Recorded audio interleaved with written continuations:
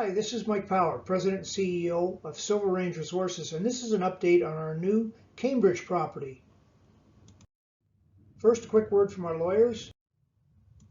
The Cambridge property is located about 18 miles southeast of Yerington in Lyon County. It's in the heart of the Walker Lane, home to many high-grade gold and silver deposits in western Nevada. The Cambridge property is a joint venture between Auburn Gold Mining from Sacramento, California, and Silver Range. What we've done is combine our respective ground positions and stake some intervening claims. Auburn Gold Mining has the former Cambridge mine, the heart of the Cambridge district. Silver Range has the pilot lode showings off to the west. We staked some joint claims in between our two ground positions and have agreed to market the entire camp as a single package. Mineralization near the Cambridge mine was first discovered in the late 1850s, about the same time that the Comstock lode was discovered. The property changed hands a number of times, and significant development only occurred in the late 1870s when Henry Blasdell, the first governor of Nevada, acquired the property. Sank a shaft, began some underground exploration. He constructed a stamp mill down by the Walker River and an assay office. About 10 years later, the property again languished, and various operators picked it up since. Total development to date on the property consists of a shaft about 400 feet deep with production on 2 levels.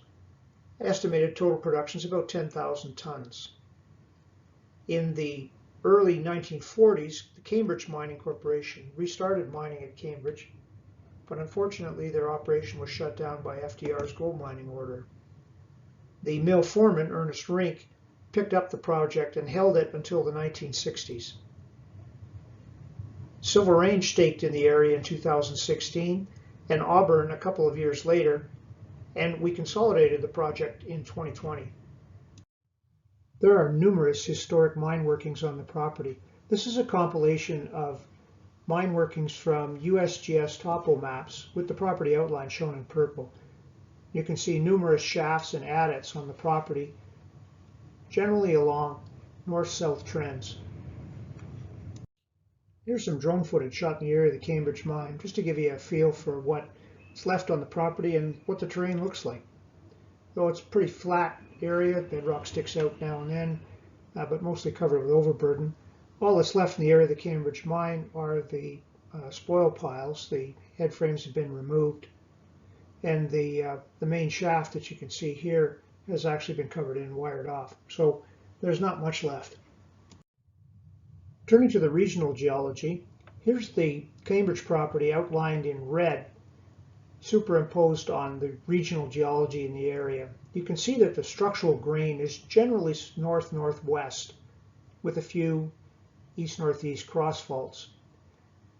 The general area is underlain by Cretaceous granodiorite, granite, quartz monzonite, with some overlying metavolcanics and some younger tertiary volcanics. If you zoom into the immediate property area, you see that the Cambridge property is underlain by quartz monzonite, Cretaceous age.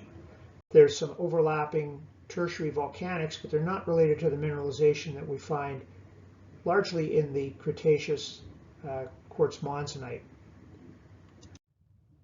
Gold on the Cambridge property is mesothermal shear zone hosted. The shears cut the quartz monzonite. They're 1 to 3 meters wide, often intensely cerussitized both within and surrounding them. There are stringers and veins of quartz within the shears. The largest veins we've heard of were up to 7 feet wide in the Cambridge mine. The quartz contains pyrite, chalcopyrite, and galena and the oxidation products thereof.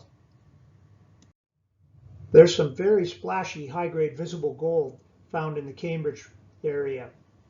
Here are some samples that were recovered by Auburn Gold Mining in the immediate area of the Cambridge mine. This is a plot of gold in rock samples collected across the combined Enigma Cambridge property to date. As of this March, we collected 68 samples along the Enigma and Cambridge trends. Approximately 1/3, 29%, are better than 5 grams per ton, And the best assay recorded to date on the property is 80 grams per ton, interestingly, off the main Cambridge trend to the north.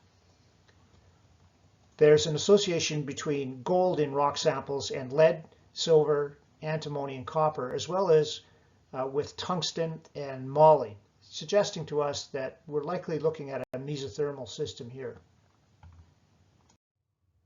After we agreed to consolidate the property last fall, we flew an airborne total magnetic field and radiometric survey over the whole property. This was completed by Precision Geosurveys of Vancouver.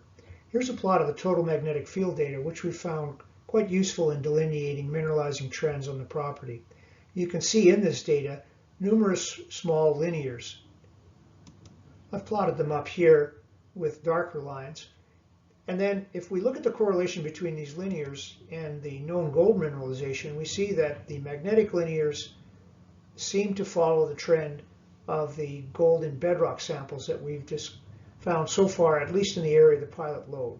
So we hope this data will be quite useful in delineating other trends over towards the area of the Cambridge mine and perhaps finding some new untested targets on the property. So that's a quick first look at the Cambridge property. Since we put this together, we've completed airborne geophysical surveys.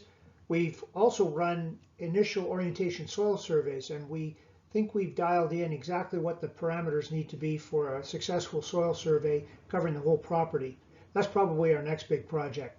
After that, given how shallow the overburden is there, we think we can quickly follow up those results with some trenching and then perhaps some shallow drilling. We're very excited to put together this whole package. It's a unique opportunity to explore a historic high-grade gold district in Nevada that has really never seen modern exploration. So stay tuned.